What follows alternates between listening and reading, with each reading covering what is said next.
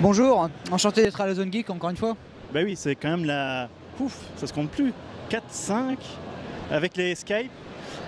Si on compte les interviews Skype, ouais, ça fait la 5 ou 6e fois.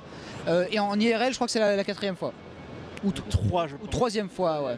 On ne sait plus où est-ce qu'on se retrouve. En fait, on ne peut plus se séparer. Alors, déjà, je pense que le sujet principal du jour, c'est bien sûr ton film. Oui, Hard Corner, le film qui est vraiment. D'ailleurs, j'ai les posters sur le salon.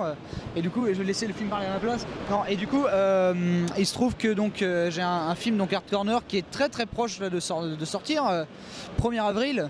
Non, donc non, ce n'est pas une blague. C'était pour avoir une date qui était liée à la fois à la comédie et à l'humour et facile à retenir. Et du coup, et ça coïncidait pas mal avec quand je récupérerais les masters de mixage son faits par No Life. Je fais coucou à Mathilde de No Life. Et du coup, le film Hard Corner, que j'ai déjà fait un petit peu circuler en sous-main, notamment à la Zone Geek, En effet. pour avoir des retours presse, pour moi comme c'est un film gratuit sur internet, un peu 2.0, eh bien il y a une espèce de projection presse, mais qui est en fait en différé, juste envoyé comme ça à quelques petits blogueurs du net, ou quelques amis, quelques internes. Donc j'ai envoyé ça par exemple à des gens de Surecat, de Studio Bagel, François Descraques forcément, qui m'avait un petit peu conseillé sur le script du film, Jean du Grenier, tous les collègues youtubeurs, même certains analystes cinématographiques du net comme le Fossoyeur des films, Durandal. Donc tous ces gens-là dont je voulais un petit peu le feedback pour être sûr déjà que mon film n'était pas totalement à côté de ses pompes, en termes d'attente, en termes d'ambition et en termes même de réal, si on avait fait quelque chose d'à peu près concret. Parce que juste au dernier moment, j'ai un petit peu douté, parce que c'était un premier film, c'était une première expérience sur un long. Et surtout, c'était quand même tester l'écriture d'un long à partir d'un sketch de 5 minutes, d'une série de sketchs de 5 minutes. Alors, à propos du film, vu que je l'ai vu, j'ai 2 questions, attention, donc sans spoiler, très importantes. De quoi sont faites les crottes de nez? Alors, dans le film, il y a beaucoup de crottes de nez, comme vous voulez voir dans le trailer. Les crottes de nez de Jean-Guy, c'est un bizutage, mais alors on peut commencer, genre si on commence à analyser en analyse filmique, on pourrait penser justement que ce souillage par la crotte de nez est quand même bien plus finalement en salace qu'il n'y paraît. Parce qu'il y a beaucoup de gens qui m'ont fait « Oh, c'est pipi caca, crotte de nez !» Sauf qu'en fait, le fait qu'un mec en fait vous bizute en vous salissant de ses propres déjections, c'est quand même bien plus grave. En termes d'image, en termes tout simplement de symboles, que simplement genre pipi caca. C'est pas que de l'humour. Et donc ces crottes de nez qui sont d'un réalisme saisissant, hein, tu as pu le voir, il y a même un gros plan un moment dessus. En fait, elles sont faites à partir de vieilles feuilles de salade trempées dans de la mayo, issues directement des sandwichs du tournage du film.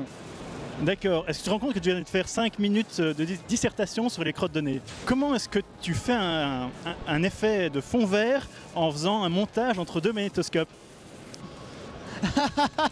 Ah, ça c'est intéressant, oui. Oui, parce que c'est vrai qu'on assiste aux premières créations du Hard Corner, hein, du personnage du Hard Corner dans ce film, et on voit que genre ses premières cassettes sont faites avec 2 magnétoscopes. Mais Tout le monde a fait ça. Mais bizarrement, elle a réussi à faire du chroma key, Voilà. de l'intégration, très mauvaise. Mais c'est vrai que les petits malins se poseront la question, comment c'est bien possible de faire du chroma key? Eh bien peut-être, je te répondrai que peut-être qu'en fait, au dernier moment, il a réussi à reproduire les effets spéciaux de Metropolis en projetant des images capturées par derrière. Intéressant. Alors, dernière petite question. Je dois dire que moi, en général, je suis très peu de playthrough, de walkthrough, ce genre de choses, mais je rigole beaucoup avec tes Dead Rising. Ça va aller jusqu'où, ça? Alors, Dead Rising, c'est 10 heures. En fait, chaque jeu dure à peu près 10 heures. Il y a 2 add-ons pour le 2 et chacun font à peu près 2 heures. Et le 4, il y a genre 4 fois 1 heure d'add-on. Donc du coup ça fait beaucoup, ça va faire plus de 50 heures de contenu au total, et on va se gaufrer ça tous ensemble à raison d'une petite demi-heure par jour. Mon but en fait c'est de dépasser en termes de durée l'intégrale d'Arabesque qui fait 70 heures. Ok. Intéressant. Déjà, bon, forcément, Gilus a pas mal parlé du film. Merci Benzaï pour la super dédicace que tu nous as fait. Alors, première anecdote, effectivement, que tu nous as révélé hors antenne, la manière dont l'affiche s'est faite. Alors en fait, il faut savoir que je sollicite beaucoup en fait ma copine qui est graphiste et animatrice professionnelle pour faire du travail 2D, genre du dessin, de l'animation, etc. Et pour l'affiche, elle a fini par me dire démerde-toi, vraiment. Et du coup, j'ai essayé de penser à un concept. Et en fait, elle est inspirée de la jaquette Nintendo du jeu Nintendo Solstice, auquel Benzaï joue dans le jeu, dans le film. Et du coup, c'est un jeu qui m'avait beaucoup marqué. Et la publicité aussi française, c'est incroyable. Celle avec Mario qui parle et on retrouve le nain qui joue Migoj dans Willow. Il faut le savoir. C'est lui. Il a joué Shadax le sorcier. Voilà. Et donc du coup, Ils ont beaucoup de boulot dans ces milieux-là. et du coup donc cette affiche, comme moi je suis un peu une brêle à Photoshop et surtout je trouve assez lent. Et en fait quand j'ai une vision, ce qui est assez incroyable, c'est que je suis devenu tellement marié avec le logiciel Sony Vegas que je sais mieux la concrétiser même sur de la 2D fixe, sur de l'image, sur Sony Vegas, donc sur un logiciel de vidéo.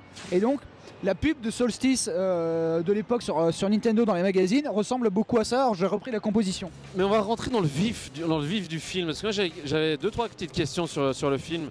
Alors la première c'est, bon, j'y ai clairement vu une référence à Clerks. Est-ce que c'est le cas? Oui, alors déjà la thématique de Clerks c'était quelque chose qui m'avait super touché à l'époque et c'est un film que je regardais en boucle et même mon premier essai de court-métrage en amateur avec mes amis à la fac, c'est un truc qui s'appelait Students et c'était clairement du Clerks mais transposé dans notre quotidien d'étudiants. Parce que c'était la thématique en fait du gars qui n'est pas satisfait de sa situation, mais qui est trop, on va dire, feignant et qui est tellement désillusionné par la vie qu'il ne se bouge même pas le cul en fait pour changer son quotidien. Et donc du coup ça reste une thématique qui est vraiment très vive, on va dire dans cette génération, la génération du chômage, la génération de la crise, la génération de l'euro. La génération où c'est dur de trouver un travail, la génération où même là où genre on est dans la désillusion de tu fais des études dans un domaine et tu ne travailles même pas dans le domaine dans lequel tu as étudié. Pourtant j'ai tellement de gens justement qui me viennent me voir aux dédicaces en me disant j'ai hâte de voir ton film parce que le propos me touche vraiment. C'est l'histoire d'un mec qui y va à fond alors que genre sa vie c'est de la merde et tout. Et ce qui est marrant c'est qu'il y a très récemment j'ai vu Kian Kojandi dans un clip de rap, je saurais plus dire le nom. C'est un clip de rap sur le suicide justement dû au train-train quotidien. Même quand tu as réussi, même quand tu as une maison, quand tu as une famille, etc. Dès lors que ta vie est automatisée, en fait elle est plus pertinente. Et du coup, donc, et du coup c'est quelque chose qui me tenait à cœur et je suis content que en fait, les gens qui ont vu le film disent qu'ils ont vraiment compris en fait, de quoi je voulais parler. Et que j'ai vraiment réussi à transmettre en fait cette espèce d'esprit, parce que le but c'est pas de dire faites ce que vous voulez, etc. C'est d'arriver à faire un film qui arrive à montrer ces émotions là, à montrer ce cheminement personnel via des trucs peut-être absurdes, mais au moins à la fin en fait on a compris vraiment la psyché du personnage et c'est comme ça en fait que pour moi on fait de l'écriture et on arrive à transmettre non pas un message parce qu'on n'est pas des facteurs, mais on transmet en fait une émotion tout à fait humaine et qui est donc du coup qui devient universelle. Je vais signer le truc. Oui, mais pendant que Benzaï signe, juste une chose à vous dire. Si vous voulez voir le film de Benzaï sur grand écran en Belgique, eh bien réagissez, mettez des likes, des insultes, des mots gentils, tout ce que vous voulez. Il faut qu'on ait un maximum de témoignages pour qu'on puisse voir ce film sur grand écran, immense écran, IMAX 3D, et pour avoir les mêmes sensations que dans Gravity. Par exemple, lorsque... Bah oui, évidemment. Par exemple, la scène du hipster. Voilà, parce que l'anti-hipster, oui. elle est en IMAX.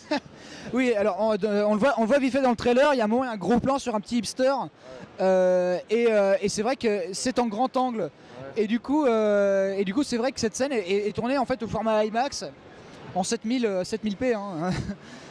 Mais en fait le truc c'est que l'avant-première, donc j'avais une avant-première parisienne qui s'est décommandée malheureusement du fait d'un problème de quiproquo. C'est très dommage. Je n'en veux à personne dans l'histoire. Et du coup, on est en train de voir avec Goldo les possibilités d'une avant-première bruxelloise qui serait géniale, parce que ce serait carrément eurocentriste, ce serait génial. Mais en fait, de la diffusion cinéma, ça génère des peurs parce que mon chef-op commence à me faire chier avec le mastering. Parce que quand tu fais une image, quand tu fais ton montage et quand tu sais que 80% des gens vont regarder le film sur un téléphone portable par exemple ou une tablette, et bien tu dis oui bon, c'est vrai que dans les noirs par exemple il y a un peu de bruit, il y a quelques artefacts, il y a un petit bruissement, on va dire que c'est du grain. Il me dit non, ça c'est pas du grain, c'est de la merde, donc il faut le virer. Et donc ça prend du temps. Et du coup il faut que le master soit parfait, sinon parce qu'il dit attention c'est en grand écran on va tout voir. Et du coup c'est vrai que dans le grand écran on va tout voir, et donc là va naître une peur parce qu'en fait j'ai peur qu'au grand écran on se rende compte que mon film est faux. Il est très numérique, il est filmé au DSLR, alors que sur YouTube il a vraiment une belle gueule. Mais alors j'ai peut-être un défi à te proposer, mais on va voir si tu vas le relever. Ce serait d'essayer de ramener peut-être Bob Lennon ou Fred ou ce que tu veux, simplement pour qu'ils fassent leur témoignage pour que ton film soit projeté sur grand écran.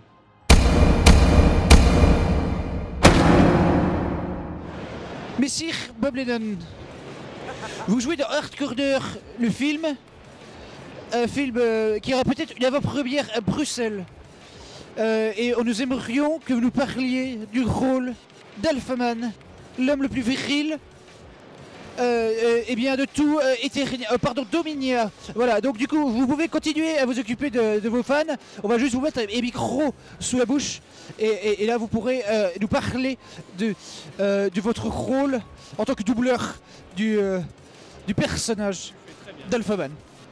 Mais tout ce que tu veux, espèce de gueux misérable et jaune. C'est gratuit, c'est ça, c'est directement. Eh bien écoute, Alphaman, le doublage, c'est toi qui m'avais proposé déjà.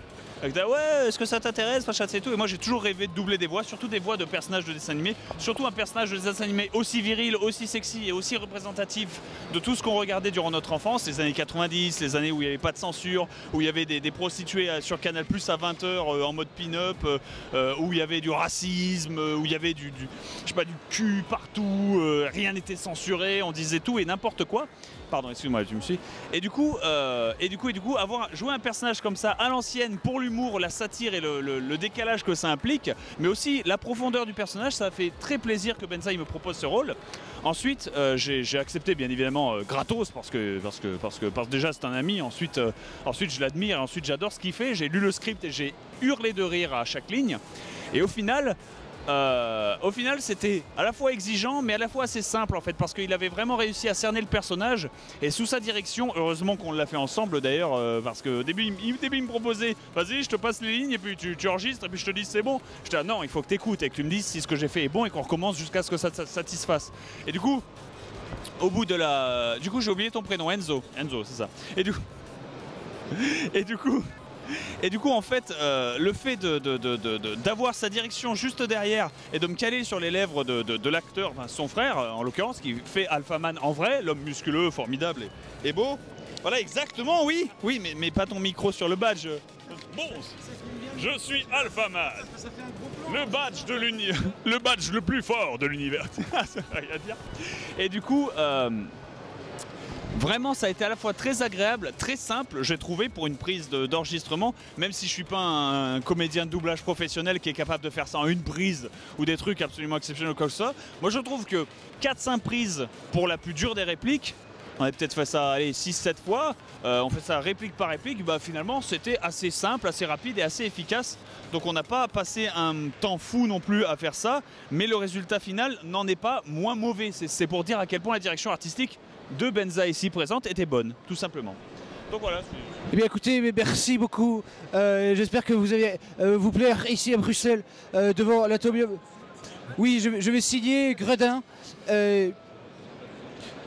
Voilà, donc Bob Lennon, c'est pour Benzaï presque un frère.